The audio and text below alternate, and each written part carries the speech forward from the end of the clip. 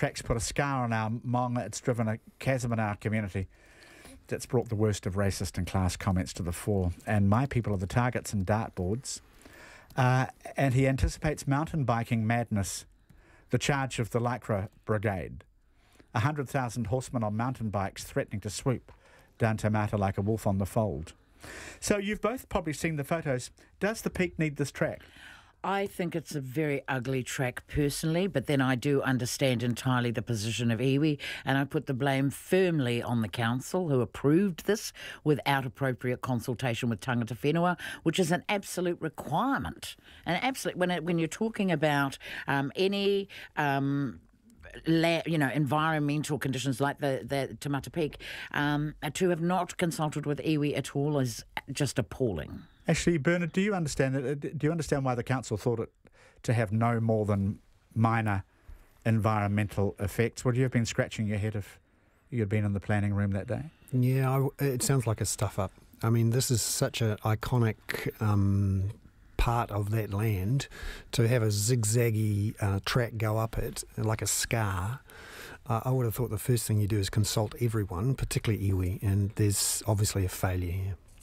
Yeah, and it is such a fundamental part of their whakapapa, their identity, their genealogical connection to that mountain and that place.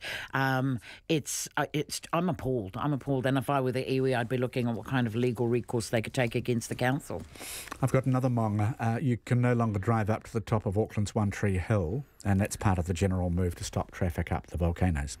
Jim, it's a travesty that those of us who call the city our home and love it have not been properly consulted. It was a wonderful rite of passage to have enjoyed driving up Mount Victoria as a teen in Devonport, often at night. Then, of course, they had to ban that.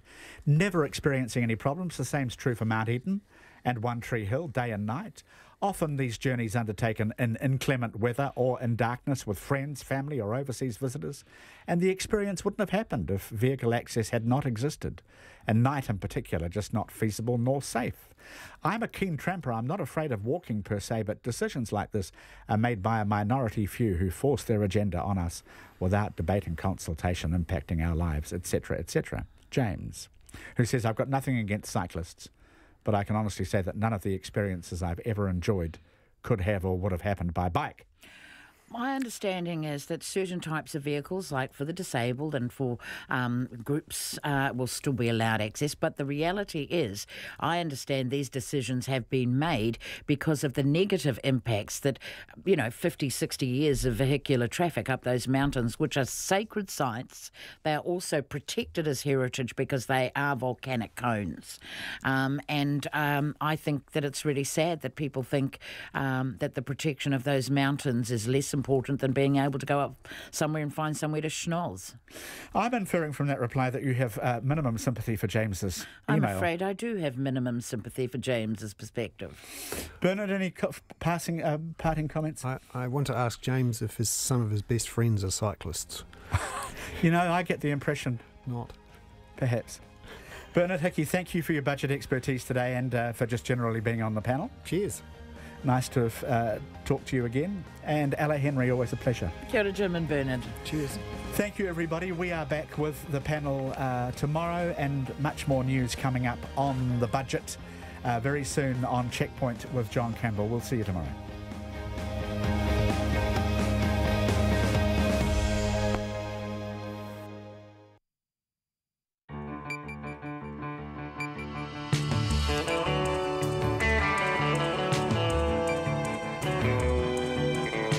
Tō te marae hoa mai he kōrero kei te haere he kaupapa kei te karawhiua. Welcome to Checkpoint, everyone. Tonight, more state houses, more money on health and education. But is it enough? Is it what Labor promised? And will it be transformative? The budget and what it means. Finance Minister Grant Robertson joins us. Nationals Finance spokesperson Amy Adams joins us. And we'll speak after 6 live to Health Minister David Clark, who's got a lot more money to spend, but will it be enough? Also tonight, an Auckland Council payroll botch-up that affects 17,500 employees. Librarians are the latest to say they were expected to tidy up after closing time for no extra pay. And in contrast to a week of stories about unpaid work, we speak to a Christchurch businessman who's just sent 45 of his workers home after a luxury holiday in Las Vegas. RNZ News at 5. Kia ora, good afternoon. Ko Katrina Batana ho.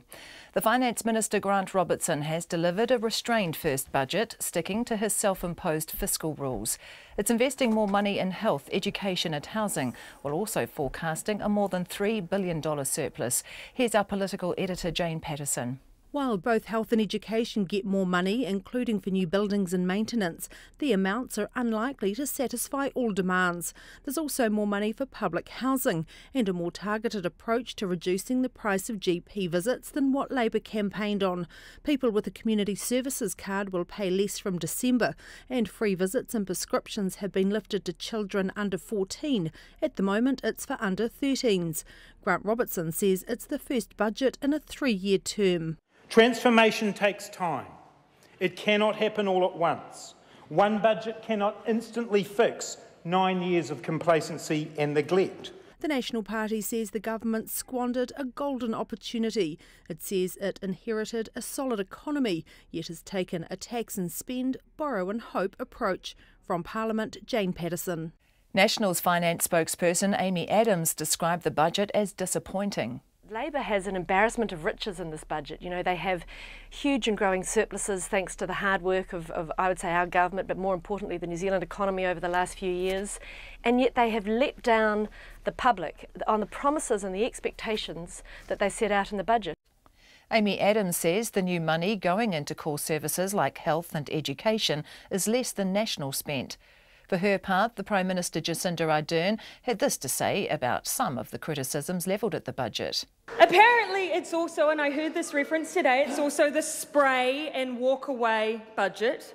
Now actually, that one I'm going to give you, because at first I thought it was metaphorical, until I reminded myself that this is a cleaning product for algae and mould removal. Rather than a jibe, it may be a legitimate tip from the Leader of the Opposition to clean up our rivers and our hospitals. Jacinda Ardern in the budget debate this afternoon. The boost in health spending is being welcomed by the Council of Trade Unions, which says it comes after years of struggle. The Council's economist Bill Rosenberg says the budget signals a small win for the health sector. You know, there's a significant amount there for GP visits and those very low cost GP practices. Again, I think people would have been hoping for more there, but certainly a significant start. Bill Rosenberg. The commissioning agency for whānau ora says it feels snubbed by the government after it didn't get any additional funding in the budget.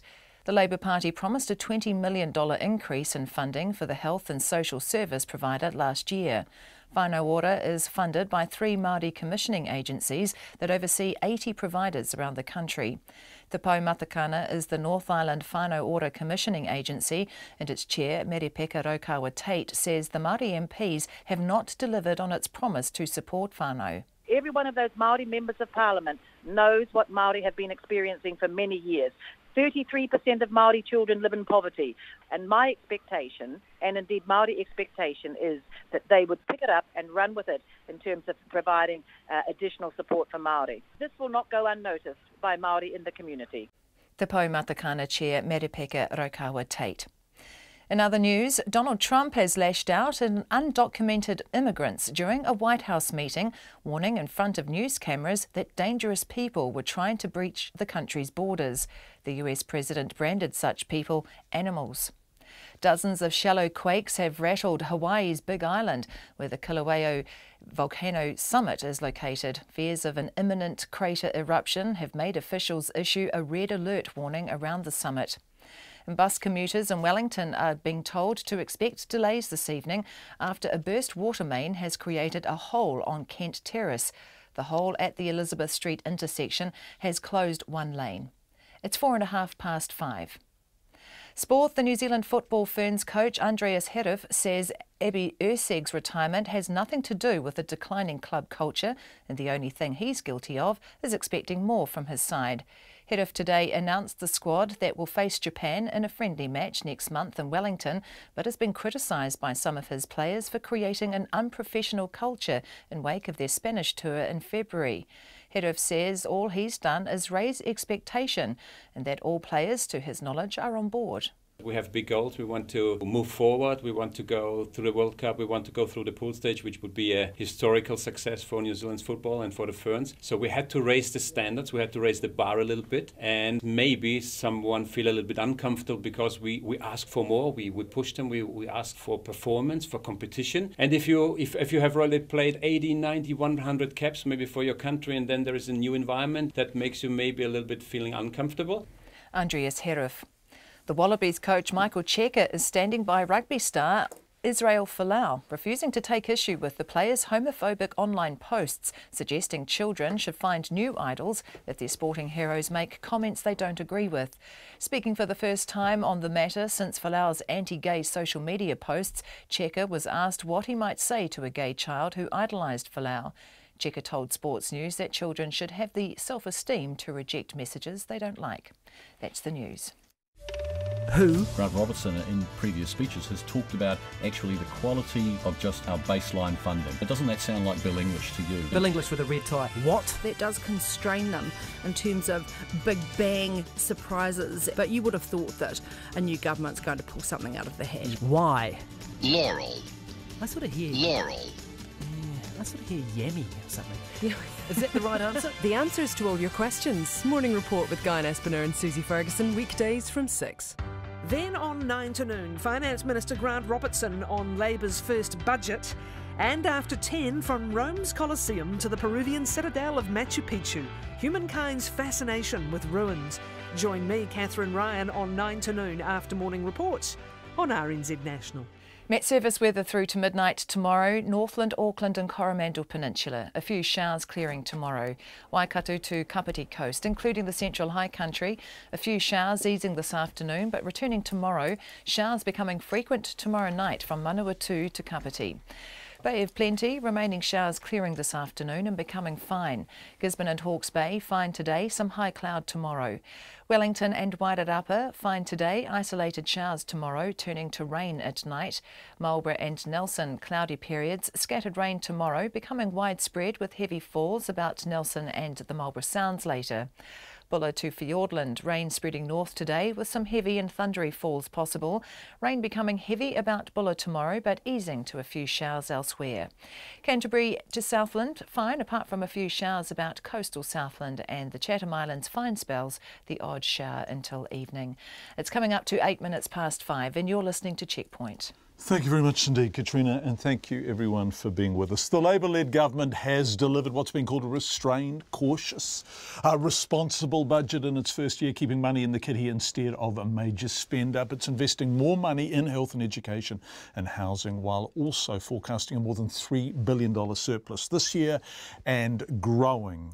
We'll hear from the Health Minister later in the program. We'll also hear from Amy Adams later in the program and Grant Robertson himself next. But first of all, here's our political reporter, Craig McCulloch. Foundations for the future.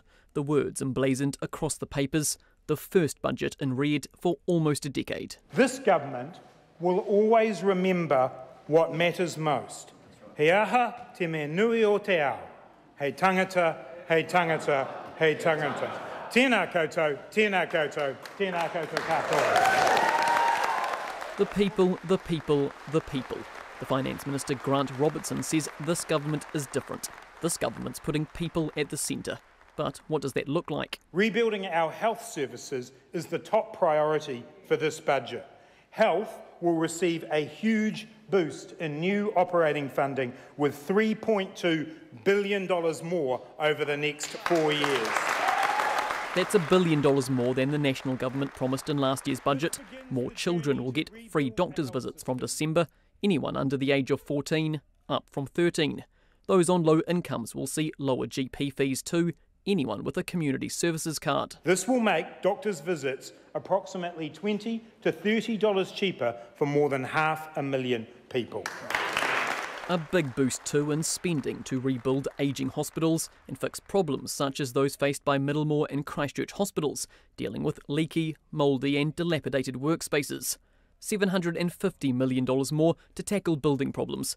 That's $600 million more than National pledged last year. Today's investment is the biggest commitment to rebuilding health infrastructure in a decade. Mr Speaker, this budget also sets aside funding for the design work for a brand new hospital in Dunedin. Christchurch locals say the investment in hospital buildings can't come soon enough. But also they're forever and behind really in terms of their capital expenditure, so that's probably just going to just bring it up to speed really, or even, yeah, I mean, if it's enough. But yeah, that's all good. Hospitals, they need to be upgraded all the time, continuously. But yes, to repair the damaged stuff. The mental health stuff up in Princess Margaret Hospital, it's absolutely atrocious, the conditions. I think it's needed everywhere, isn't it?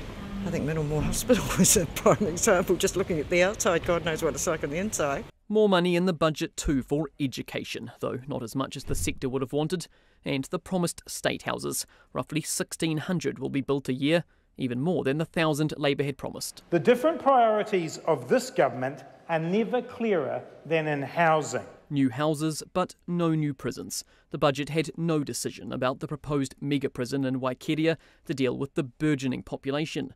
Instead, almost $200 million to set up some quick-build prison units by the end of next year to house 600 prisoners.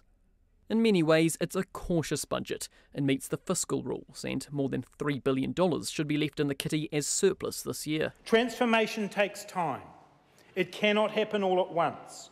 One budget cannot instantly fix 9 years of complacency and neglect. Mr Speaker, the tragedy is today it could have been a great budget. Far from 9 years of neglect, National's Simon Bridges says his government left the country with a growing economy and healthy finances. For Grant Robertson, enough is never enough, Mr Speaker. It's a tax and spend, it's a borrow and hope budget. It's an underwhelming budget, he says, strewn with broken promises. No money for a Dunedin hospital.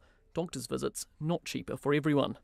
Instead, Simon Bridges says the money's going to keep New Zealand First happy. Nearly $1 billion in foreign aid and foreign affairs. Where's it going? $1 billion for diplomats, not doctors, Mr Speaker. It's not let's do this. It's Winston made us do this, Mr Speaker. Any fool can spend, he says. A spray and walk away budget won't work. But the Prime Minister has a different idea. Now, actually, that one I'm going to give you, because at first I thought it was metaphorical, until I reminded myself that this is a cleaning product for algae and mould removal.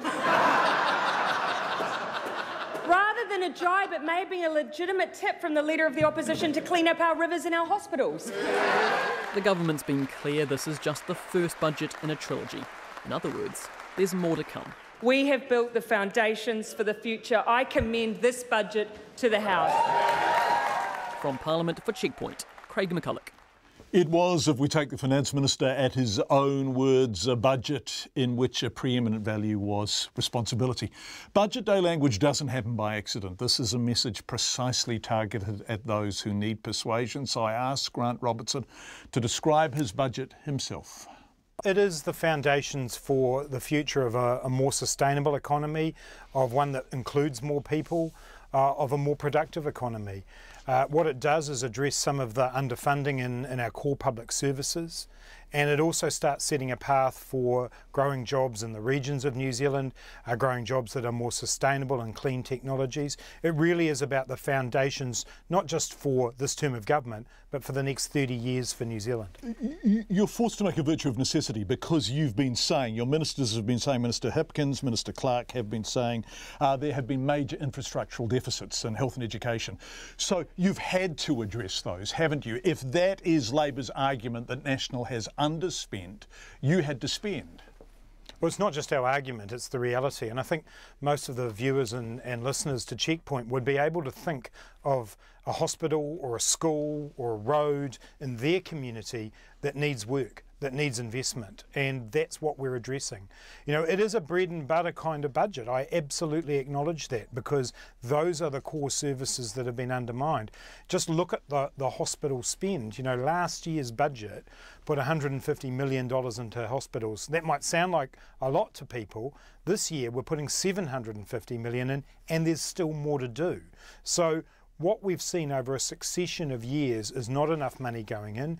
We're starting to address that in this budget. Yes, so let's use that phrase bread and butter, because that's a fascinating one, and it's the kind of phrase Michael Cullen might have used, and there are very big shades of Michael Cullen in here. But I want to go back to the Prime Minister's speech from the throne in November. She talked about an ambitious program. She talked about this being a government of transformation. Is this a transformative budget or a bread and butter budget? These are the first steps in transformation. You can't transform anything, John, if the foundations aren't good. And, you know, we're in a 3-year term here. There are 3 budgets to deliver on the speech from the throne and our coalition and our confidence and supply agreements, and that's what we're going to do. But we recognise that there are significant needs in our core public services, but also in this budget are funds to, you know, radically change the future of our regions of New Zealand, the Provincial Growth Fund. There's a Green Investment Fund that's actually going to start developing new businesses in clean technologies. We've got big money in there for our trade work overseas. So we're also looking to transform the economy, but you can't do that without the strong foundations in place. And Jane Patterson was saying to me about 2 minutes before you walked into the gallery office there that the great pity for Labor is you can't re-announce the families package, which looked and sounded and smelt like Labor policy. But let's look at the kind of caution that you have exercised. Debt is a percentage, well, less than 20% of GDP by 2022. You're going to get there comfortably. Why do you need to be there comfortably by 2022 when the cost of debt is so low at the moment? Well, look, we are taking on more debt in cash terms than the previous government had, and we've got a slower path to reducing debt. So that's because we recognise the scale of the investments we need to make. But overall, the approach of reducing debt and having surpluses is about making sure we're prepared for any risks or shocks that might come along. And we're actually facing one right at the moment in New Zealand with Mycoplasma bovis. You know, that wasn't something that the previous government or ourselves, if we had been there, would necessarily have expected to pop up. We're now faced with a big bill. We need resources aside to deal with that, just as the previous government had to deal with the Canterbury earthquakes and the global financial crisis. If you're talking about Michael Cullen, the thing that he did was make sure that New Zealand was left with very low debt and was in a position to be able to face those risks and shocks. It's about balance, and I do think we've got the balance about right in this budget. We've got 2 more budgets to continue that approach, make the investments we need, but I'm never going to apologise for being careful with the money, John. I grew up in a Scottish Presbyterian family. It comes with the territory, but it's the right thing to do. Yes, but boy, look, I remember interviewing Bill English, and he said exactly the same kind of thing. And I just wonder if this has been an exercise in shadowboxing off the back of National's portrayal of you and this government when you were in opposition as not to be trusted. In other words, they characterised you as reckless, they characterised you as having a fiscal hole that you were trying to conceal. This orthodoxy is answering that, isn't it? No, it's about getting the right balance. We're going to be spending $24 billion more than the previous government had planned to spend over the forecast period, over the next 4 years. That includes, I might say, that 100-day plan work, the mini-budget, which is very much part of it, because that big boost to family income, $75 per week on average for 380,000 families, much of that comes into force on the 1st of July. So these two things can be seen together. There are some big bold initiatives in here, but we also have to balance that. So this is a Labor budget. It's about a critical set of public services. It's a New Zealand First budget. It's about the regions. It's a green budget. It's about making sure we're planning for a sustainable future. Bringing all of those 3 parties together, this delivers, I think, a budget that is the first steps in transforming our country. Housing was a big one in terms of what Labor wanted to do and what you talked about again and again and again in opposition. 6,400 new state houses by 2022. Who's going to build them? Will they be standing by 2022? Oh yes, absolutely. And we're totally committed to that because we have to be. You know, when it comes to state housing, public housing, state houses were being sold off by the last government. We stopped that. This is now our program to start building more. And we've got to be clever and creative about how we build, John, and there are new technologies out there that are helping. We're going to be driving down the cost of building materials as we scale up the amount of housing that we're investing in. And we do have to make sure we keep investing in that workforce. But we have to do this. You know, the core for us is making sure with the numbers we've got on the state housing register at the moment, we need to be able to be building these houses. And yes, we'll be able to do that by the target period we've got. Grant Robertson, Finance spokesperson, his first budget today. The first budget for the new National Party Finance spokesperson, Amy Adams, too, and she will join us later in the program. We're also going to talk to David Clark. Everyone's saying health is the big winner.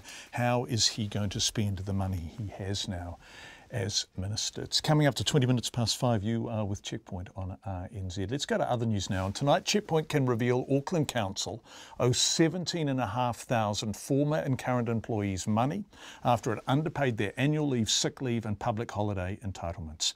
For the Council, the Holidays Act bungle dates back to 2010. It's a widespread issue that's affected the private and public sector. A similar size error by the police affecting 15,000 employees is estimated to cost nearly $40 million. The council says people affected who are still employed by the council will be paid next week, but its payroll system hasn't been fixed yet. When the payroll system is fixed, understood to be around the end of this year, employees will then get another payment for any errors between now and then. Then, finally, former employees will be paid. So that just breaking this afternoon, in fact, right now on Checkpoint. Sticking with Auckland Council, we can also now add them to the growing list of large retail chains. We've revealed underpay some of their staff on a daily basis. We've been looking at this for a week, of course. 16 employers have already been caught not paying staff to attend morning meetings or for cashing up at the end of the day. Tens of thousands of people could potentially be owed millions of dollars in unpaid wages, and that list appears to be growing. Tonight we can reveal it's not just private businesses doing this, the public sector is doing it too. A former Auckland librarian says she was never paid for cashing and tidying after closing time. Zach Fleming continues his investigation. Same story. We couldn't actually crash up the till until customers were out the door. But this time it's the public sector, Auckland Council. Leonie Ariel was an Auckland librarian for 6 years and she regularly worked overtime. You know, we would never sort of be rude to a person and just chuck them out, so we'd continue working with them until we finished whatever we were doing with them. Then there was a bit of tidy up, locking up, making sure there were no stragglers. Library's a reasonably big place, so you had to go around, the whole library looking for people who might be sitting in a corner somewhere, and didn't know that it was closing. So, it varied from day to day how long all that took. But you were never paid for that extra time? Never, no. She says it was happening across 2 different libraries, Orewa and Whangaparoa, and across a 6-year period. Leonie, who was earning a few dollars above the minimum wage, left a year ago, but 3 of her former colleagues who still work there tell her nothing has changed. For those 17 minutes, 7 minutes, 15 minutes, 10 minutes, 3 minutes, 18 minutes, to that time that varied from day to day, depending on how many customers there were at the end and how much work there was, that was never paid. Auckland Council has in recent years pushed hard for the city's 55 libraries to work with less, which has resulted in many staff wanting to leave. 104 librarians tried to seek voluntary redundancies last year. 74 of them were accepted. Auckland Council now joins 16 large retail chains that have been caught underpaying staff. Smith City, Spotlight, Briscoe's, Hannah's, Bunnings Warehouse, Rebel Sport, The Warehouse, Countdown, Pack and Save, Cotton On, Noel Leeming, Harvey Norman, Farmers, Kmart, Whitkills and Warehouse Stationery. They've either been not paying at the end of the day, like the council, or have forced people to attend morning meetings unpaid. First Union says it will name and shame more soon. In today's budget, the government set aside $2.2 million each year for the next 4 years to hire more labour inspectors in an attempt to keep those businesses honest. This is the first step towards doubling the labour inspectorate. We said that we would double the number of labour inspectors by the end of our first term in government. That means 55 additional labour inspectors, and this $2.2 million per year allows us to have around 10 additional inspectors. For Checkpoint, Zach Fleming. So what does Auckland Council have to say in response to what we learned there? Well, Zach Fleming asked its Chief Operating Officer, Dean Kimpton. This issue, in this particular person's case, has only just come to our attention, so we haven't had an opportunity to look at it, but I'm really happy to reassure any of our employees and members of the public. We have no expectation that staff will be required to work outside of their normal hours. So we're very committed to doing that. If there is particular instances and you've got a person, in this case, that's contacted you, then I will undertake to have a look at those circumstances.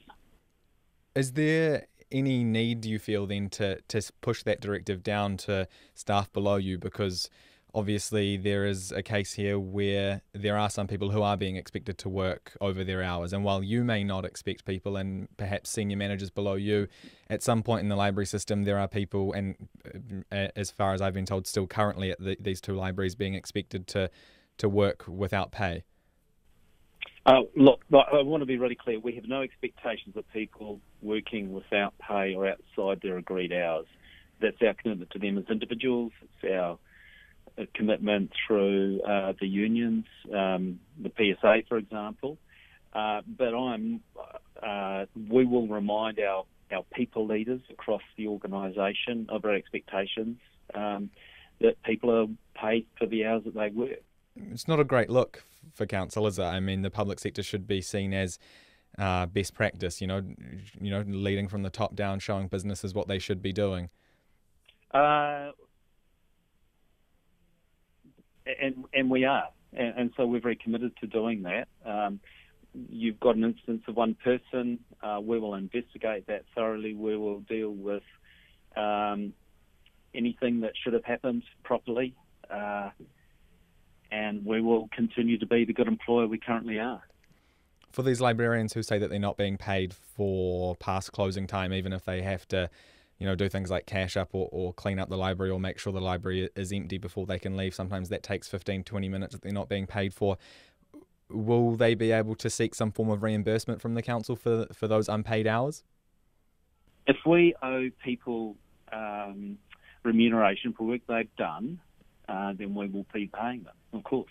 And there's no question about that. Can I just ask you very quickly while I have you on the phone about the Holidays Act underpayments? That was estimated to be around about $18 million. Is there any updated figure for that, given that the system won't be fixed until the end of the year? I'm sorry, I just don't have that data with me, but we're in the process of informing those that are due to get some compensation for that issue with holiday pay, and so those people have already been contacted at a general level, and they'll get specific letters if they haven't already over the next few weeks. So that's being properly and thoroughly dealt with. But unsure at this stage if that $18 million has risen or not? I can't tell you what the number is. I don't have that at hand, sorry. So that's Zach Fleming talking to Dean Kimpton.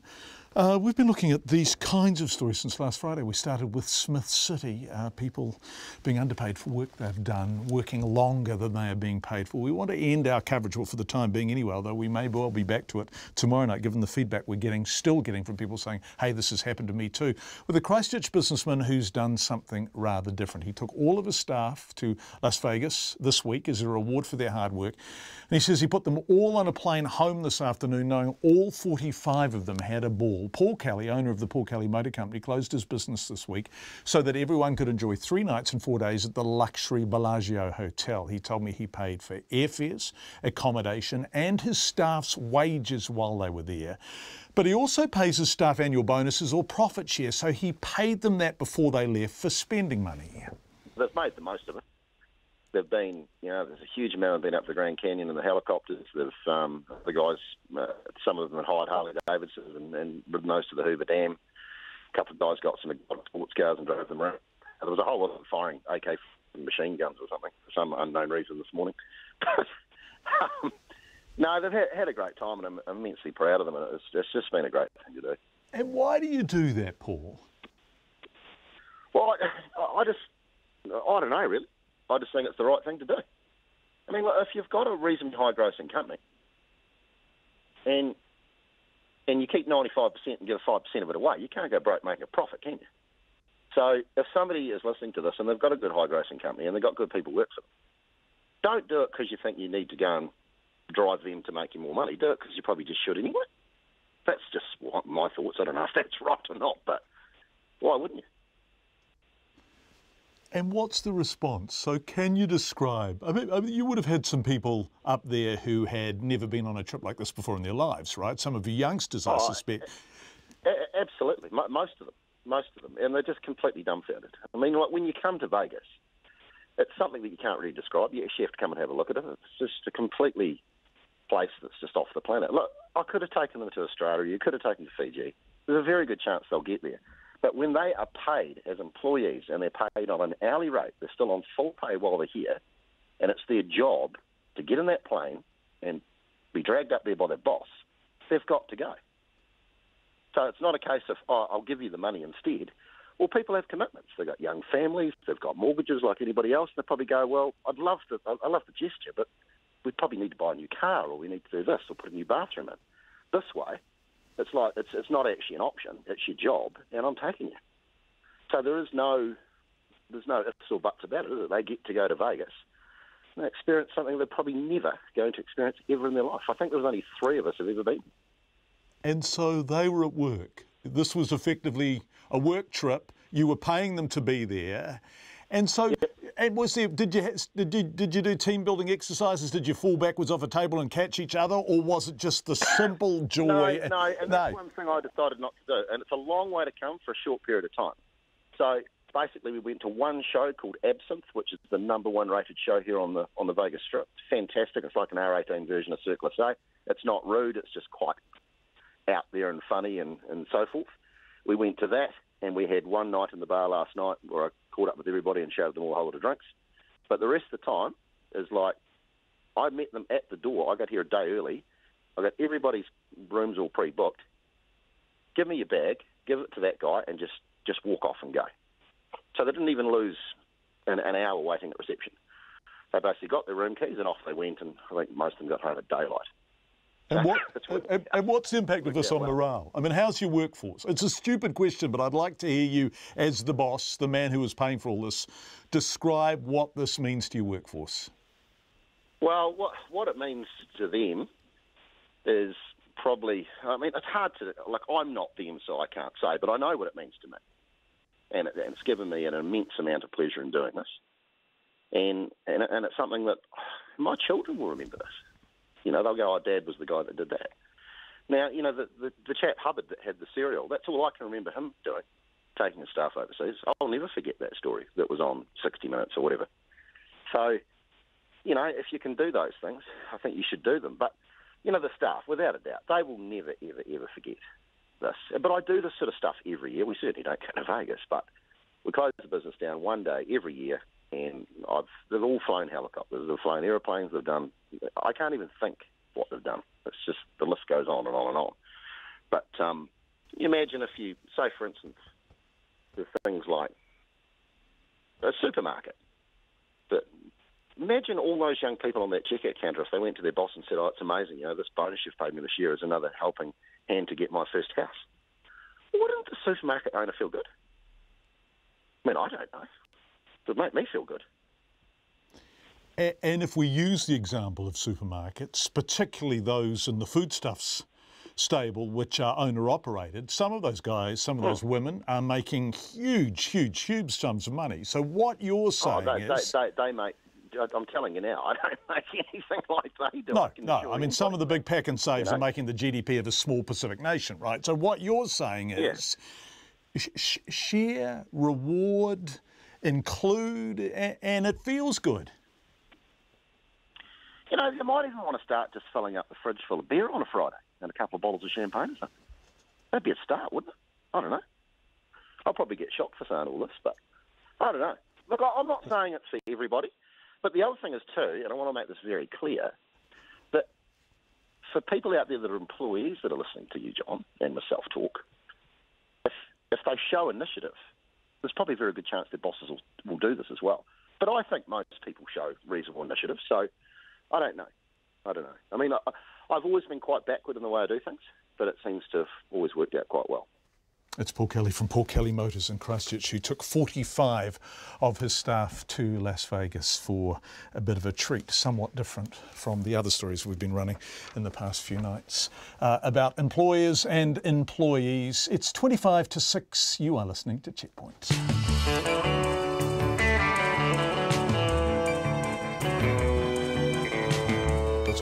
5 minutes to 6. Coming up on the program, Nationals Finance spokesperson Amy Adams give us her take on the budget. Later we'll hear from David Clark. Nina's got some business response too. Details have been released about who will make up Prince Harry and Meghan Markle's wedding party, although it's still not clear who'll walk her down the aisle. Yes, this is a polarising story when we cover it. And funerals have been held in Surabaya for those killed in this week's spate of motorcycle bomb attacks. We'd love your feedback, any feedback on any of the subjects we're covering, but budget response is very welcome. You can text us 2101 or email checkpoint@radionz.co.nz. Katrina, about 8 minutes later than last night, here you are with the headlines. The Finance Minister Grant Robertson has delivered a cautious first budget, saying it's just the first in a 3-year term. As well as spending more on health, education and housing, the government is forecasting a surplus of more than $3 billion. While hospitals and schools get more funding, including for building and maintenance, the amount of money given is unlikely to satisfy all demands. The budget takes a more targeted approach to reducing the cost of GP visits, with lower income people paying less and free visits extended to children under 14. In health, it's announced a big boost in spending on ageing hospital and health infrastructure. There's a $750 million of new money to tackle building problems, 600 million more than the National pledged last budget, Overall spending in health has been bumped up to $3.2 billion over 4 years. There's also more money for public housing.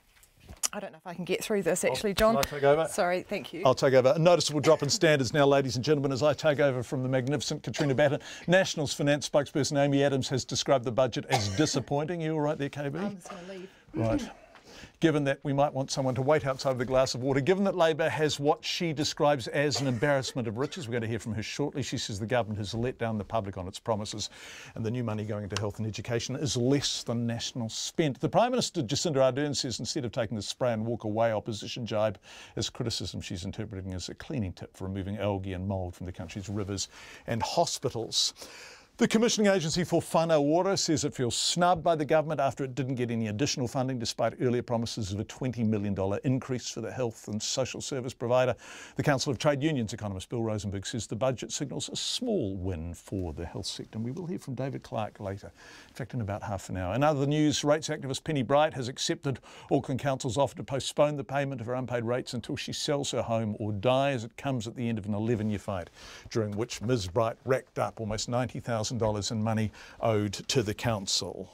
And they were the news headlines. Nona Peltier, who sat beside me magnificently in the two-shot as I was doing that. I was impressed. Oh, well, yes. Well, yeah, thanks, Nona. Yeah. Let's turn to business news now. There's a lot that you want to talk about tonight, but I just give us a sort of thumbnail take on what business spokespeople, you know, they have made of the budget. Well, I did spend a bit of time going through our email, and we get a lot of responses through the afternoon following the budget release, and it was mixed, but mostly people were, okay, this is a good budget if you are one of the beneficiaries of it. Not so good for business. Not a surprise, but the lack of clarity in the detail of some of the things that have been proposed. For example, the Kiwi build. How does that work? The last of this type of budget, next year we're going to have a well-being budget. What are the details of that? So the lack of clarity around some of the initiatives is underwhelming for a lot of business, and so most of the responses we got were, yes, that's very nice, but exactly how does that work? It's a hard sector for Labor to please, isn't it? This business are a tough crowd, and we've seen the surveys leading up to this budget. They've been increasingly negative. I spoke with Business New Zealand. They didn't think that this was going to go very far to reassure business, mostly because a lot of the things that were named and mentioned in the budget for business were already signaled. So there's not really a big surprise for business. It was more like, yeah, we're still underwhelmed. Although if they got a big surprise, I'd say, hell, that was a big surprise, and we don't like surprises. So, well, yeah. Well, you can't win, really, I think, if you're the government in this case. I mean, you're trying, you know, they definitely have changed direction, much more about a more balanced, holistic approach to the economy so that there's more wealth shared around for everyone. But the question remains is how do you increase more wealth? And so there's been a few business and industries that have been clobbered, as Cameron Bagri would have said. you know, for example, offshore exploration, drilling, you know, what do you replace that with? Okay, maybe some people say that's not worth very much. If you ask the industry, they say it is. So, you know, hey, it wasn't going to satisfy business. I don't think that we expected that it would, and it didn't. In fact, when you look at the market reaction, our currency barely moved, just a little bit more, probably because people think that debt's going to be higher than the government indicated.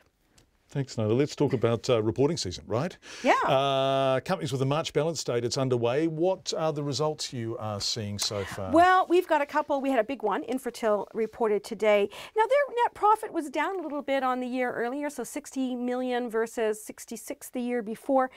And that's partly because their revenue on the New Zealand bus was down a bit, as well as Tilt Renewables. It made a small loss. That's their Australasian business.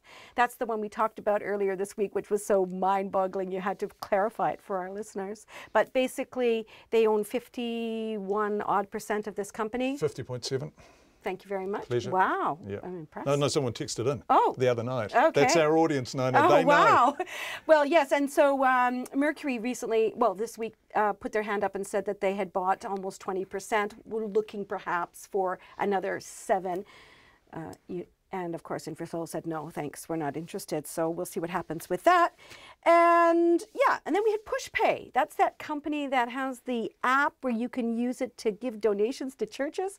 You know them. They're the US. Now, look, they made a loss of $23.3 million, which was actually $2 million better than they did the year earlier.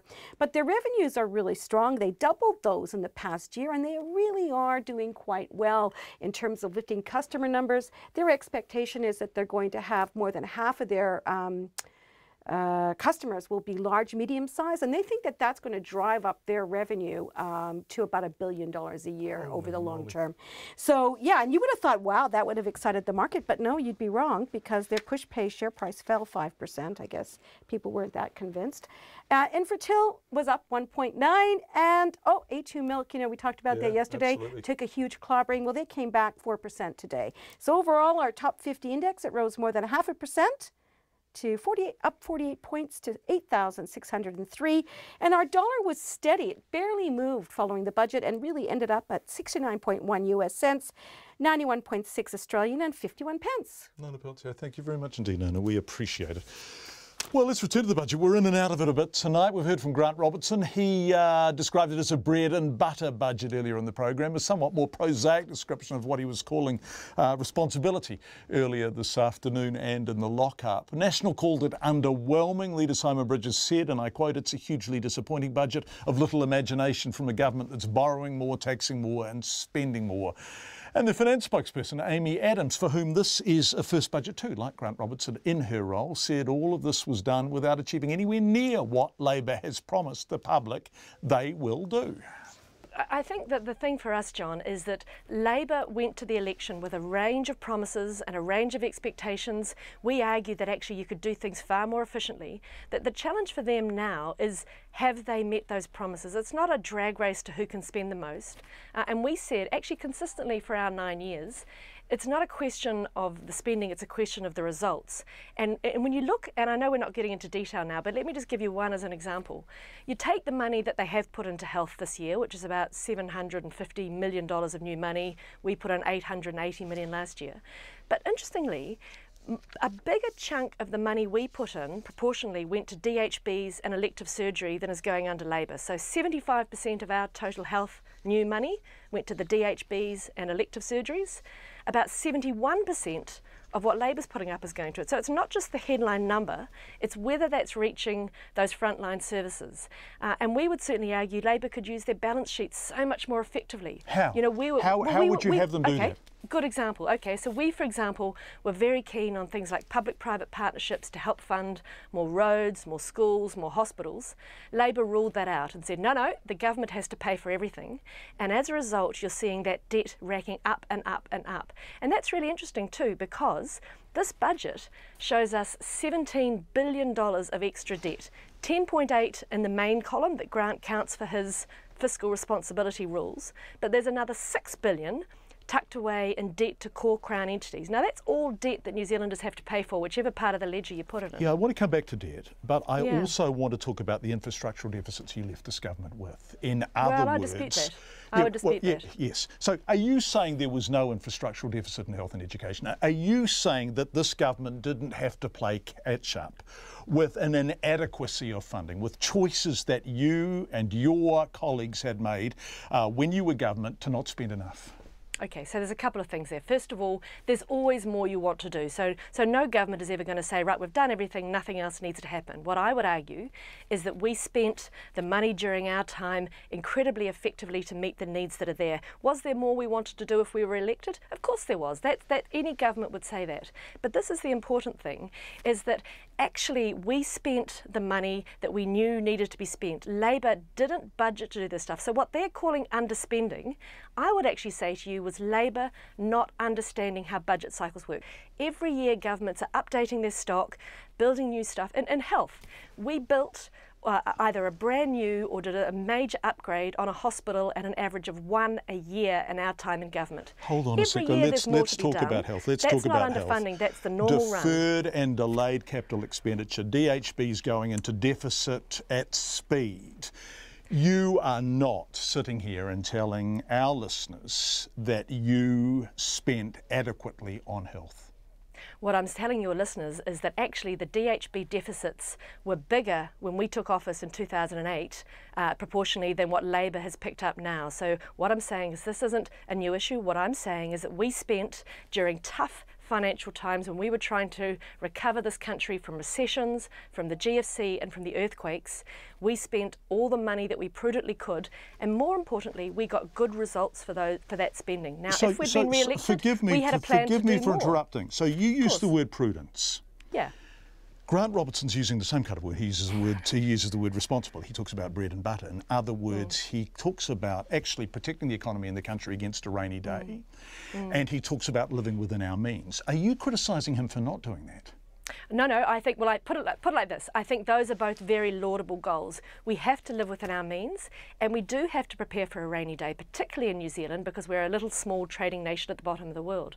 Where I would differ, though, is I would say to Mr. Robertson that running up another $17 billion of debt, more than National was planning to, is the exact opposite of that. National worked very hard. There's a thing in the fiscals called a residual cash deficit, and it's the bottom line number of are you getting in more than you're putting out, right? National had turned that back so that we had a residual cash surplus year on year. We didn't spend more than we earned, and that allowed us to make sure that debt was dropping. Labor is facing 4 years of residual cash deficits because Mr. Robertson is doing exactly that. He is spending more than he's got coming in. That's why debt's going up. That makes New Zealand less resilient, more subject to fiscal shocks, and actually it's the opposite of living within our means. So I like his talk, he's just not walking it. Net debt down to 20% of GDP by 2022. And well, except that he's hidden another $6 billion outside that count. But it will still be down to 20% of GDP by 2022, won't it? If you count only core Crown debt, absolutely. But the other $6 billion of debt is still real debt that falls on New Zealanders' shoulders that we still have to pay the debt servicing of. So you can put it in a part of the balance sheet that doesn't count. It doesn't mean the debt goes away. If you add that debt in, he's over his 20% of GDP. But I accept on his strict rules and the way it's split in the balance sheet, the test is met. But I'd argue he's being a bit tricky, moving it over to a column that doesn't count. Amy Adams, the big portfolio winner, health. We will talk to David Clark after the 6 o'clock news. Another person who, like Amy Adams, Simon Bridges and the Nats, is disappointed with today's budget is Kelly Oliveira. She teaches new entrants at Gladstone Primary School in Auckland's suburb of Mount Albert. Kelly was hoping to see something in the budget for her and her peers who have warned for some time the education sector is starved. Lots of people saying that it was only a moderate increase in education funding, and Kelly says her hopes were dashed this afternoon. Look, I'm really disappointed with this budget, and the reasons being is not just because I think teachers deserve a pay rise. Our education system's in crisis, and one of those crisis points is retention in teaching. Without a realistic salary, young teachers aren't going to want to come into the profession. I've been teaching almost 20 years, and I love my job. I'm passionate about my job. I don't do it for the money. That's not what teaching's about. So I was hoping the Labor government were going to look after us, so to speak. Maybe they've got something tucked away somewhere. Disappointed, definitely disappointed.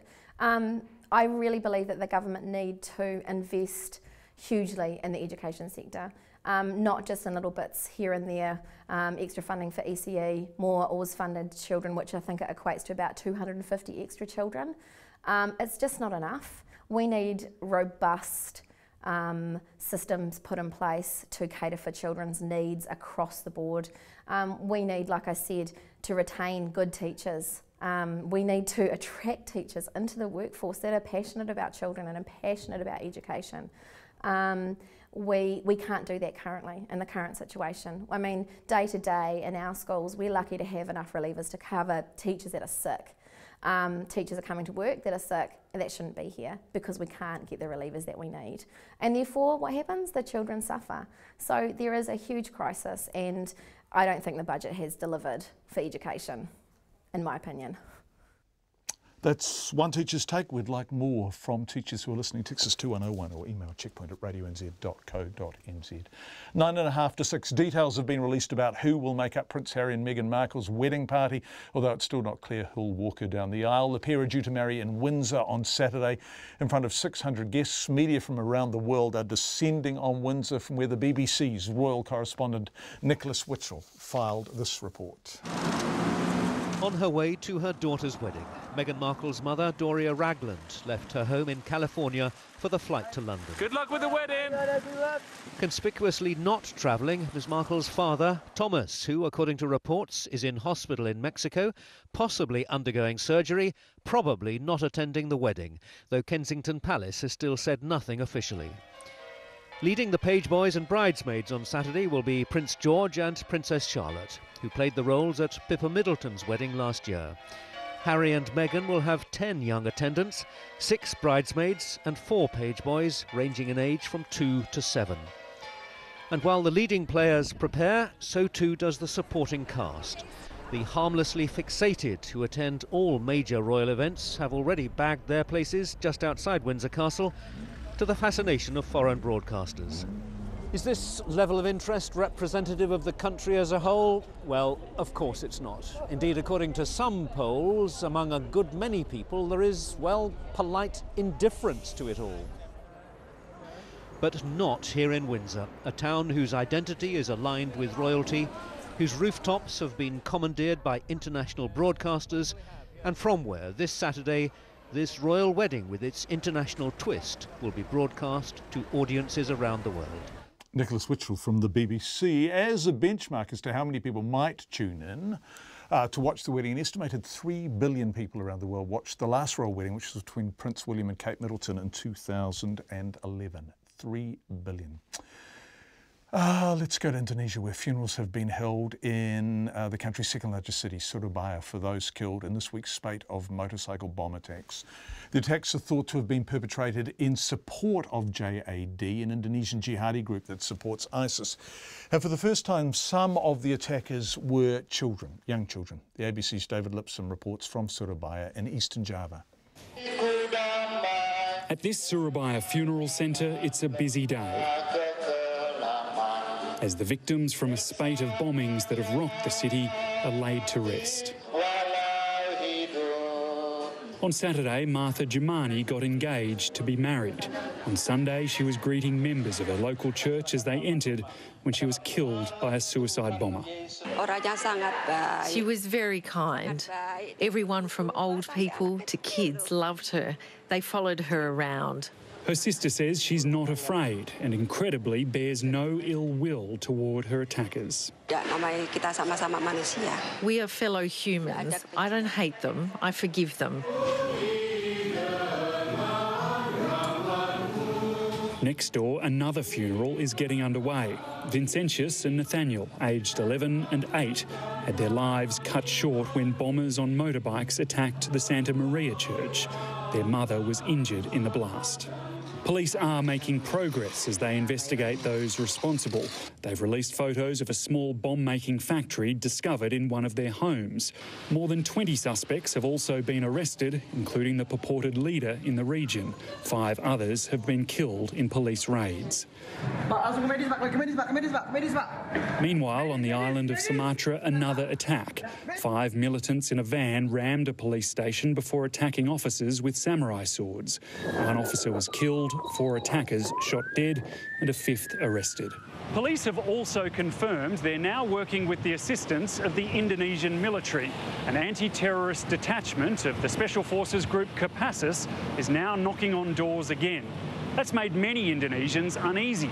They don't forget the days under Suharto when the name Kopassus was synonymous with another brand of fear. One thing is certain, there'll be many more funerals before this fight is over. That's the ABC's David Lipsome reporting from Surabaya. Back home again, a woman says she begged her partner's mother to call police after she was once again beaten by her husband, but the only call to emergency services was made after her partner eventually stabbed his father. The Crown says he is guilty of murder. His lawyer says he acted in self-defence. Lots of details, names, etc. suppressed around this case, but our court reporter Edward Gay filed this story. Today the court heard evidence from the partner of the accused. She and the rest of the family have name suppression. The woman told the Crown prosecutor Gareth Kays that when she lived with the accused and his parents, she'd seen his father beat his mother. Once he chucked a little, those little knives you use for fruit to peel them. A knife? Yeah, just the little ones that you get in the grating packs with a grater thing. Okay. He chucked that at her leg, but it missed. She said on another occasion he beat her badly. We heard a scuffle. She came out of the room and her face and eye was covered in blood. She spoke of how he threatened his children and used violence, and she and her partner eventually moved in with his sister.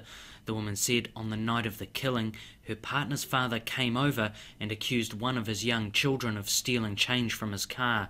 She said the child's older sister stood up for the child. She told him to f*** off out of her house and that he was mad because their mum caught him cheating. Her partner's father left, and sometime later her partner's mother came up the driveway, pushing her young baby in a pram. Her face was just covered in blood. Her eye was just real messed up. We were just kept begging her to go see a doctor and call the police or just go somewhere. And was she willing to do that? No, she was refusing because she was scared that he'd find her. Her partner's father came back, but this time they'd locked him out of the house. Angry, he went around the outside of the house yelling through the windows before driving off. When he returned, the woman said she called the police.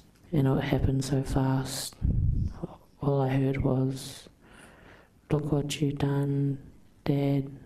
Help us, someone help us." She said she went outside and saw blood on the deck. Everyone was running haywire, holding towels, trying to put it on him. She said her partner held his father, who was asking for water. Her partner was trying to stop the bleeding and saying how sorry he was. His father answered it was okay. Mo te hōtaka o te ahi, ko Edward Gay aho. Coming up to 6 o'clock, well, a couple of minutes away, a lot of feedback tonight. It's fairly polarised, as you would expect on Budget Day. People saying great budget, people saying terrible budget. And lots of people saying, taking very personal takes on their response to it. This person says this coalition government is mean and nasty. Why can't they acknowledge the taxpayer money they now have to spend as thanks to the previous government? Just terrible. Can't wait to see them go. Frank Muscasi, who we heard from, is saying Amy Adams is disingenuous. National borrowed $60 billion. How could Adams claim National paid down debt? And Simon Power wrote to SOEs in 2009 demanding they borrow more and pass to national governments as dividends. Lots of people responding strongly one way or another to Grant Robertson and Amy Adams. We really appreciate your feedback. We should also say we're still getting an enormous amount of feedback from people who work for employers who ask them to get to work earlier than they are paid for or stay at work longer after they are paid for. You are still texting us, and we first started covering this story last Friday, and we're still hearing from you in great numbers.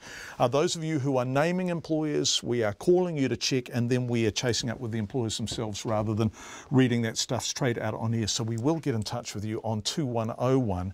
We had Paul Kelly, sorry, you're texting us on 2101 and giving us your number, we'll call you. We had Paul Kelly from Paul Kelly Motors, who took 45 people up to Las Vegas to share the success of his business with them, 45 staff members, and a great many people are texting in to say they wish they worked for him or an employer who behaved anything like them. And I think Paul Kelly's challenge actually to employers who was listening was, if you are making a lot of money, maybe you could try harder to share it around. So thank you for your feedback, a lot of it tonight.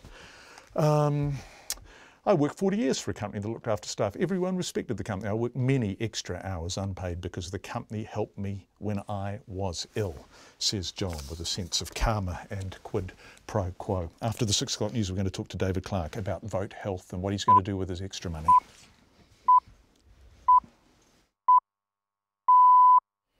RNZ News at 6. Ngā mihi nui, good evening. Ko Katrina Batanaho. The National Party says the government has squandered a golden opportunity with today's budget. The coalition government has delivered a restrained and cautious budget in its first year, keeping money in the kitty instead of a major spend-up. It's investing more money in health, education and housing, while also forecasting a more than $3 billion surplus this year. Nationals leader Simon Bridges says the government inherited a solid economy from his party, yet it's taken a tax and spend, borrow and hope approach to this budget. Budget surpluses are forecast to rise from an improved $3.1 billion in the June 2018 year to $7.3 billion in 2022. Our economics correspondent Patrick O'Mara reports. The economy is forecast to expand at an average 3% a year over the next 5 years, increasing the tax take by about $20 billion over the next 5 years. The Finance Minister, Grant Robertson, will use the extra cash to fund public services he says were neglected by the previous national government, with most of the extra going on health, education and housing. The government will have to borrow $5.3 billion more to fund the increases, but it still expects to meet its net debt target of 20% of GDP by 2022. National criticised the government for taking a tax and spend, borrow and hope approach. This is Patrick O'Mara.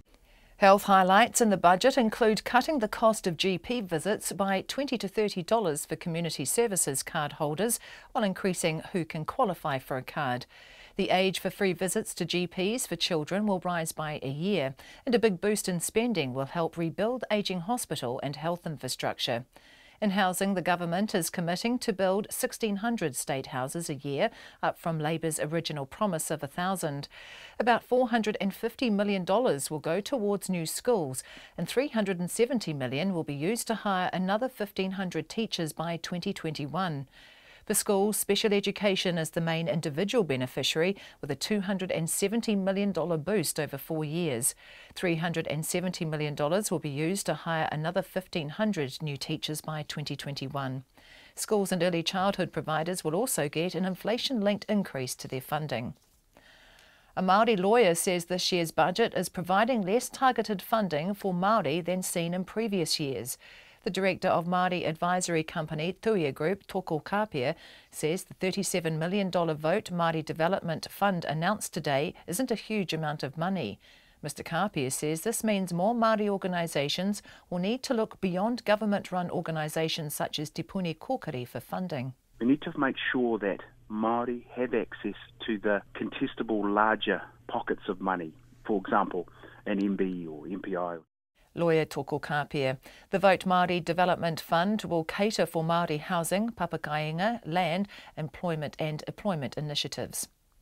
Auckland's Mayor Phil Goff has welcomed budget confirmation of significant investment in the city's growing needs. The budget confirms the $4.6 billion package of transport projects over the next decade, money for the 2021 America's Cup, and continued building of additional state and market homes. Mr Goff says he looks forward to Auckland receiving its share of boosted health and education funding. He says Auckland's been growing at the size of Tauranga every 3 years and it's missed out on critical government funding for too long. Activist Penny Bright has reluctantly accepted Auckland Council's long-standing offer to postpone the payment of her unpaid rates until she sells her home or dies. The council went to the High Court to force the sale of her home because she owed $89,000 in unpaid rates, penalties and legal fees. The 11-year fight, which included numerous court hearings, finally ended today in a meeting with Ms Bright and the council. She has stage 3 ovarian cancer and says she wants to focus on her health, not the looming prospect of the forced sale of her home. It hasn't quite sunk in yet, but that's the effect of what I've done today. So what that means basically is my 11-year rates dispute with Auckland City Council and Auckland Council has basically come to a halt. Penny Bright. Auckland Council says it's pleased to have come to an agreement with Ms Bright. It says it's always been the council's preference to allow her to stay in her home. Auckland Council owes 17,500 former and current employees money after it underpaid them for leave. The bungle under the Holidays Act dates back to 2010 and covers annual leave, sick leave and public holiday entitlements. The council says current staff will get back pay next week and former staff after its payroll system is fixed, likely to be the end of the year. Wellington councillors have voted unanimously to spend more than $6.5 million quake strengthening the museum stand at the Basin Reserve. The 94-year-old building and grandstand is yellow stickered and has been closed to the public since 2012, except for the museum on the ground floor. It's 6:05. Sport. The Football Ferns head coach Andreas Heruf says he's not surprised by veteran defender Abby Erceg's retirement and refuses to take responsibility for her announcing it. The squad that will face Japan in a friendly match in Wellington next month was announced today, as well as Erceg's announcing her second retirement from the side. Heruf is under heavy criticism for creating an unprofessional culture within the club, but says Erceg's retirement has nothing to do with him. She was really short and said she retires again. She wants to make space for younger ones, and I accepted that really fast because I wanted her to come back, what she did for this one tour. But, you know, I'm responsible and managing 10 staff members. I'm managing 20 or 23 players. So I don't really have that focus on the individual. Andreas Heruf. The Blues will welcome a settled line-up when they face the Crusaders in the Super Rugby this week, with some of their experienced players returning to the side. Coach Tana Umanga has announced that Pauliasi Manu will reunite with the front row with James Parsons and All Black Ofa Tuangafasi, as well as Malani Nanai. Nanai, who missed 5 games with injury, is starting on the right wing, which allows All Black Rico Ioane to play on his preferred left wing. The in-form Auburn Ledger will play again with Sonny Bill Williams as the Blues search for their 4th win of the season. That's the news. Tonight on Nights, William Dart presents New Horizons and the performance of music by Elton John. Our Changing World looks at attempts to bring mistletoe back to Wellington, and this week's cultural ambassador, Fergus Barrowman, has some new jazz releases, including this.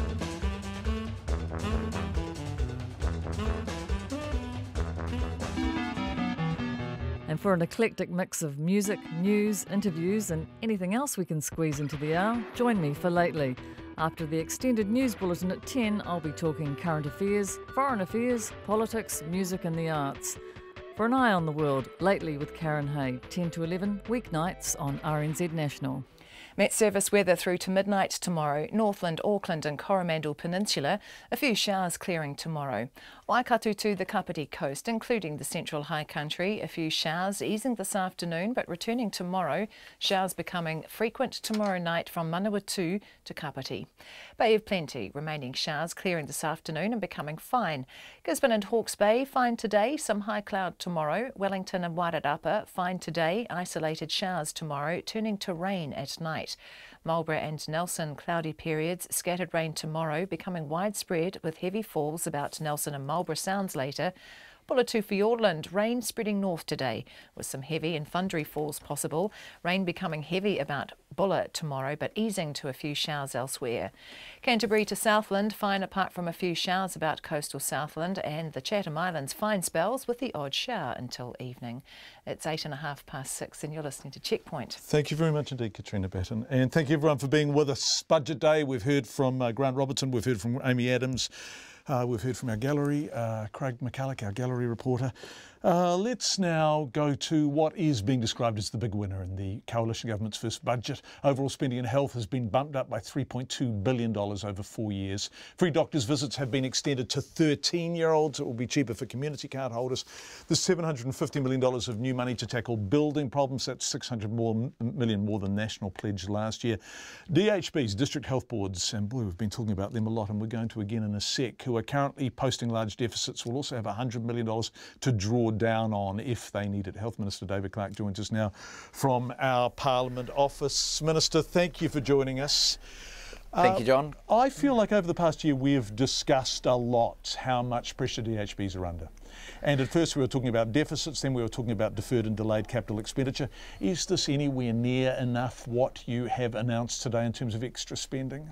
Oh, look, I can't hide my excitement. This is the biggest spend in health in a decade, certainly the biggest in at least a decade on capital, $750 million set aside to start fixing some of the problems that we've got in terms of rotting, moulding buildings, capacity constraints, and also outdated facilities, mental health facilities that are from another era. So we can get on with some of that on the capital side. In terms of primary care, making sure our most vulnerable get access to GP visits. We're told that over 500,000 New Zealanders in any given year can't afford to go to a GP, for goodness sake, and here we are now rolling out to a number greater than that of community services card holders, those very low cost access prices under $20 for a doctor's visit. In some cases that'll be up to a $50 saving, or at least 20 to 30 for most people, and that will make that care more affordable, and it keeps costs out of the system for everybody else as well, because they get seen when they need to be seen rather than when they've got really sick and end up in an emergency department. And on top of all of that, we're getting on with getting real about an ageing and growing population and funding our DHBs better so that they can provide the care and services that New Zealanders would expect and deserve. Having said all of that, I want to quote you to you. This is the largest DHB funding increase in the last decade, but even this will not be enough to make up for 9 years of underfunding. Rebuilding our health system will take sustained investment. So where are we still going to see the shortfalls? Look, our workforce has been stretched for the last 9 years, and I want to thank them for continuing to deliver services, because everywhere I go people still speak about the amazing service they get when they get into a hospital or see their GP. But we've got to build the workforce, and that will take time. We've got to repair buildings, and even the workforce to repair the buildings will have to be built, because there hasn't been so much capital investment in recent years. We'll need firms to gear up to deliver the repair work, the delayed maintenance, to build new facilities. So there is more to come, but this is a really important first step. Can we talk about DHB deficits? So 155 million, I think, when Labor last left office in 2008, combined DHB deficits. Amy Adams said before that was a higher figure than the last government left you guys. What is the overall DHB deficit now? Well, it's around 200 million is the current anticipated deficit. It could go further than that. I'm very keen that we focus on delivering the services New Zealanders expect and deserve from a public health system, but I have clear expectations also on the DHB chairs that they will spend money wisely and prudently, and so I'll be expecting improved performance from those DHBs. They are getting a shot in the arm, but I'll also be expecting them to spend that wisely. But by golly, I spoke to you, I spoke to DHB CEO, chair, medical officers of health who said there are no more efficiencies. We can't save any more money. The budgets just aren't realistic. Yeah, and that's why, so the last few years have been 300 million, 400 million, 439. We've leapt it straight up to 549 for the DHBs. That's a significant shot in the arm, because we recognise that things have been stretched so far. You can only stretch a rubber band so far before it breaks, and we believe that we need to invest more in the DHBs so that New Zealanders get the services they'd expect and deserve. In material terms and meaningful terms, in terms of the services that people will notice differences to, whether it's capital expenditure buildings or whether it's shorter waiting lists or more operations, what is going to be the most obvious benefits of this increased expenditure? Well, I think, part of what you're seeing there, we're going to increase the number of elective surgeries and planned procedures, and I've got a project underway to make sure that we're not having the perverse outcomes that we had with the way the system was operating previously, where some work was being done in hospitals just to pump the numbers up that could have been done in primary care. So we'll see more elective surgery procedures. We'll see more money going into the mental health ring fence. I'm expecting that to be north of 50 million across the country. It's delivering those basic services, John. We won't fix everything overnight. No one's pretending that, but we're investing real money in those services we'd expect. And the big injection into primary care, which is more money than's gone into primary care for a decade, that will mean people get the services earlier, so hopefully that will take the pressure over time off our hospitals, because people won't be getting sick when they shouldn't be. They'll be getting that growing illness will be prevented because they'll go and see their GP, get the care they need, and be well in community. And that's the first thing, and the pressure off the system is an added bonus because we all pay for that currently. A pressure that has been described in so many facets of the system. Mental health is another example. What difference will this budget increase make there? Well, again, in primary care, making sure that people can get to the system early, because GPs refer to specialist services. If you can't get into a GP, so many people are missing out on the mental health support they need because they just can't afford to get to their GP. On top of that, the Nurses in Schools program's getting rolled out to Decile 4 schools. That's another 24,000 secondary students that will have access to Nurses in Schools with the mental health support that goes with that program, which is proven to work through research, evidence-based. And we're also rolling out a pilot, we haven't said so much about this yet, but 18 to 25-year-olds in one location. We're going to roll out a pilot for talking therapies, integrated therapies, based on an English model to see how that works here. So we've got some steps forward. Obviously, we've got the review of mental health and addictions underway, which reports back at the end of October, and that will present an opportunity, I expect, to rearrange how we deal with mental health, and no doubt some new initiatives then too. Minister, we're delighted to have you. Well, just before you go, one question I want to ask you, and this is work that we were looking at, particularly in terms of the relationship between the Ministry of Health, who seem to be putting words in the mouth or on the page of the former chairman of the Canterbury DHB. How do you improve the relationship between the Ministry and some DHBs? How do you have an ability where the DHBs are able to speak truth to power without fear?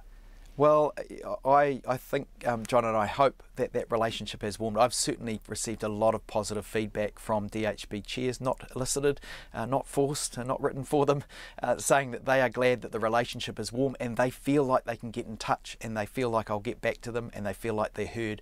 I think those are basic human courtesies, and in our health system, we've got a whole bunch of people who do it because they care about people. That's why they become health professionals. That includes the management in those health systems. They're often beaten up, but they're actually doing it because they want to see New Zealanders get better healthcare. And if we're going to improve the health system, we need to harness all of their efforts. And I'm grateful because they have been forthcoming with advice, and I think that's making a better healthcare system for everybody. The relationship is warming and is improving all the time. One final question. We're delighted to have you. Where does the Dunedin Hospital rebuild fit into this expenditure?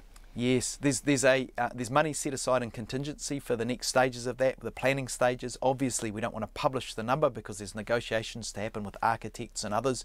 It's a commercial negotiation. There are a number of items that are set aside in a contingency that aren't even included in the 3.2 billion figure we're quoting to deal with other cost pressures we expect in healthcare, and so that we can get on with that Dunedin Hospital So the rebuild. Dunedin Hospital is over and above, or separate to? It is separate to the 750 million capital set aside for capital works. The next stages of that project, in terms of the planning, there's additional money set aside for that. Health Minister David Clark, thank you very much indeed for joining us this evening. Health Minister David Clark, who well, setting aside the families package, which was announced in the mini-budget some months ago, was the biggest beneficiary of the budget today in terms of ministers. The Finance Minister described it earlier on Checkpoint as a bread and butter budget, one that's short on showstoppers with the focus instead on shoring up not only health but education and housing. Some people saying just a moderate spend in education. So how has the budget gone down outside the beehive? Here's our reporter Sarah Robson. The government had hinted at a state housing announcement in the budget, and it's confirmed it's going to build 6,400 new state houses over the next 4 years. Hurimoana Dennis is the chair of Te Puia Memorial Marae in South Auckland. The marae opened its doors to the homeless 2 years ago and has been helping put roofs over the heads of families in need. He says any extra housing is a help. Anything that looks like new, warm and available and accessible has to be a good thing. But Hurimoana Dennis says it's hard to keep pace with demand. There definitely needs to be more, but I'm sure that would be in the pipeline. So, we welcome access to these new facilities when they come online, so we can put our whānau Māori in there as well. In education, the budget includes close to $400 million to build new schools and classrooms. The principal of Auckland's Te Hihi School, Kevin Bush, says that'll only cover about 200 of the 800 classrooms that are needed. And he says even more money is needed to get on top of the problems with ageing school buildings. In my school alone, we've got a block that was built in 1926. It's got no insulation. It's got no double glazing. It's cold, miserable place in winter, and yet we have to put kids in there to teach them. So we need to get those classrooms replaced. We also need to allow for the roll growth that's happening at an alarming rate. Kevin Bush is also critical of the plan to spend $370 million to hire another 1,500 new teachers by 2021, saying the first step should be to try and attract people to the profession in the first place. Having the extra 1,500 places, look, that'd be great if we've got an oversupply of people wanting to come in, but we don't have that oversupply of people wanting to come in. So, I wonder if that 1,500 is going to get filled in those 3 years. Kevin Bush says he expected more. Well, look, it won't be a negative impact, but it won't be the big positive impact that we were hoping for. It will help a little bit, but not to the extent that we probably need it to. Midwives also get a boost, with nearly $140 million over 4 years to support community midwives, plus $9 million over 2017 and 2018. About half of that will go toward a near 9% increase in fees for more than 1,400 lead maternity carers. A senior lecturer in midwifery, Andrea Gilkison, says the spending is promising, but without the details of where it will be spent, it is hard to say if it's enough for the very stretched profession. She says she hopes a large chunk will go to rural midwives, where there is a big shortage. For a midwife in a rural area, has to travel a lot more, so she's often the only practitioner or one of only a couple of practitioners in a particular area. So basically she needs to work longer and harder to earn the same money as her urban counterparts. But whānau ora could be seen as one of the big losers in this budget, with no new funding. A Māori Party initiative, Whānau Ora, was established under the previous government to help Māori families. But Merepeka Raukawa Tate, who's the chair of Whānau Ora agency Te Pou Matakana, says they work hard with whānau and they feel snubbed by the Labour-led government. It's certainly a growth area when you're trying to move Māori families into a position where they can be less vulnerable and to help them to identify the areas that they need to work on, then you need to have the sustainable funding to do that work. So we're disappointed. We feel we've been snubbed and not sure why. Mō te hōtaka o te ahi, ko Sarah Robson, aho. Activist Penny Bright has reluctantly accepted Auckland Council's long-standing offer to postpone the payment of her unpaid rates until she sells her home or dies. The council went to the High Court to force the sale of Ms Bright's home because she owed $89,000 in unpaid rates, penalties and legal fees. The 11-year fight, which included numerous court hearings, finally ended today in a meeting with Ms Bright and the council. Jessie Chang spoke to her afterwards. Penny Bright looks deflated as she tells me she has agreed to a postponement arrangement with the council. She has stage 3 ovarian cancer and wants to focus on her health, not the looming prospect of the forced sale of her home. That's been a major source of stress to me. It hasn't quite sunk in yet, but that's the effect of what I've done today. So what that means basically is my 11-year rates dispute with Auckland City Council and Auckland Council has basically come to a halt. Ms Bright has lived at her Kingsland property since she paid $140,000 for it in 1990. It now has a rating valuation of $1.4 million. She says she hasn't paid her rates for the past 11 years in a protest calling for more transparency from the council regarding how rates are spent. Ms Bright says while she lost the legal battle, her fight has not been futile. Absolutely not. I believe that my one-woman rates revolt has helped to put a massive public spotlight on the issue. Auckland Council says it's pleased to have come to an agreement with Ms Bright. Its Group Chief Financial Officer, Matthew Walker, says it has always been the Council's preference to allow her to stay in her home. He says the High Court has been told of the outcome and it would be withdrawing the rating sale of her home. In Auckland, for Checkpoint, call Jessie Changaho. 23 minutes past 6. The White House says it's continuing to plan for next month's historic summit between President Donald Trump and North Korean leader Kim Jong-un. Pyongyang has threatened to cancel the June 12 summit, saying it has no interest in a one-sided meeting aimed at pressuring it to abandon its nuclear weapons. Certainly the North Korean position on this has fluctuated, particularly gone slightly pear-shaped over the past, 48 hours. Donald Trump says he's still hopeful the summit will happen. From Washington, here's the BBC's John Sopel. It's an annual event, and each year it upsets the North. A military training manoeuvre involving 100 warplanes from the US and South Korea. And last night, Pyongyang engaged in their own live fire exercise with a threat to shoot down next month's planned summit. But if this was provocation, Donald Trump was doing his best not to react. His comments in the Oval Office were conspicuously muted. We haven't seen anything, we haven't heard anything, we will see what happens. Though in the hubbub, he was asked whether he was still insisting on North Korea getting rid of its nuclear program. Yes, he says. But this is the thorniest issue. Denuclearization means one thing to the US and something completely different to the North. The US National Security Advisor has said disarmament must be complete, verifiable and irreversible. He says it should be what Colonel Gaddafi did in Libya. I think we're looking at the Libya model of 2003, 2004. We're also looking at what North Korea itself has committed to previously. But look what happened to Colonel Gaddafi. Without his weapons, he'd lost his insurance policy and he was ousted from power. North Korea isn't going to go down that route.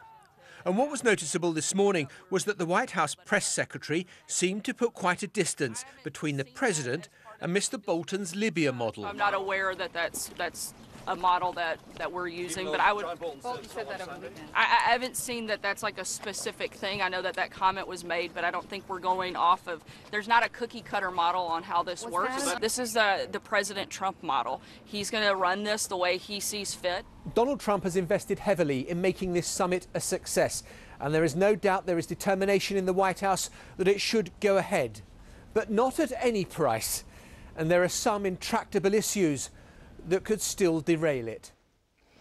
John Sopel in Washington, the BBC's Washington editor, John Sopel.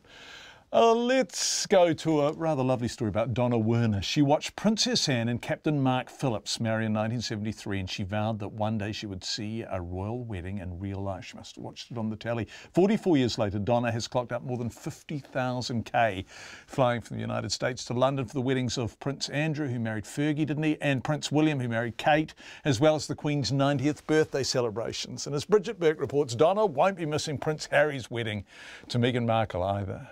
From Connecticut to Windsor, Donna Werner arrives in London to set up camp outside St George's Chapel. The 66-year-old, who had already shipped her pink princess tent, sleeping bag and camp chair in advance, plans to wear her own tiara and veil on Saturday. And this is backup, right? After I got it, I thought, I probably should have put these in big block letters so here you could really see it, but oh well, it is what it is. Donna's home, 7 hours away across the Atlantic, is a shrine to all things royal. Cups, thimbles, commemorative books and photographic souvenirs marking everything from the marriage of Charles and Diana in 1981 to the birth of Prince William a year later in 1982. Every little girl is read fairy tales from her childhood on by her mother, and she always dreams of becoming a princess and living in a castle. And I mean, this is it. This is a real life fairy tale.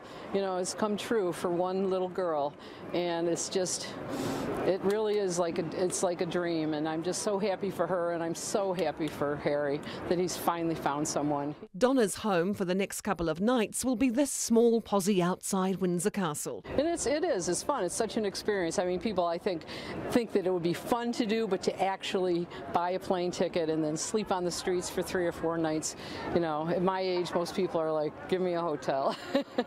The self-proclaimed royal superfan, who once worked as a bike tour guide, says while she couldn't make it to Prince Charles' wedding to Princess Diana in 1981 or to Prince Edward's in 1999, she was there for Princess Anne's wedding in 1973, Prince Andrew's in 1986 and Prince William's in 2011.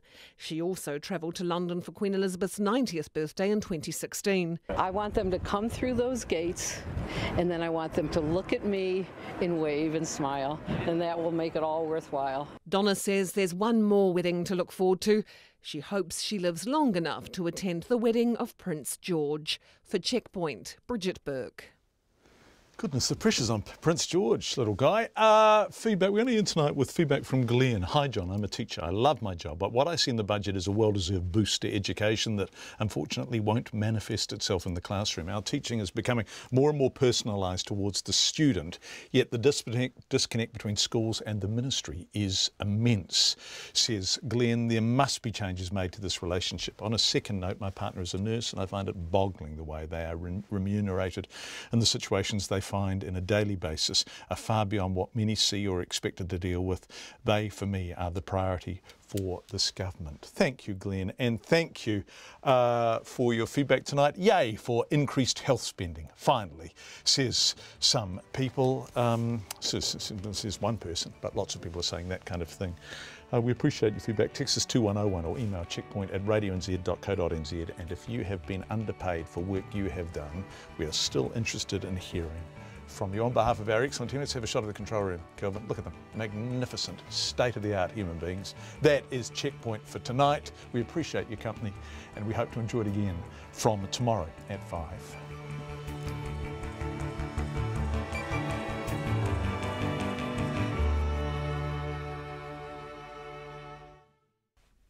RNZ News headlines at 6:30. The government has delivered a cautious budget, spending more on health, education and housing, with a $3 billion surplus forecast.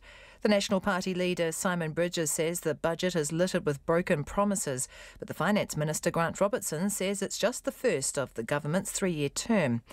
The cost of doctors' visits will fall by up to $30 for those on low incomes, with free visits to 13-year-olds. $450 million will go towards new schools, with $370 million to hire another 1,500 teachers. And the government will build 1,600 new state houses a year. Our next news and weather is at 7.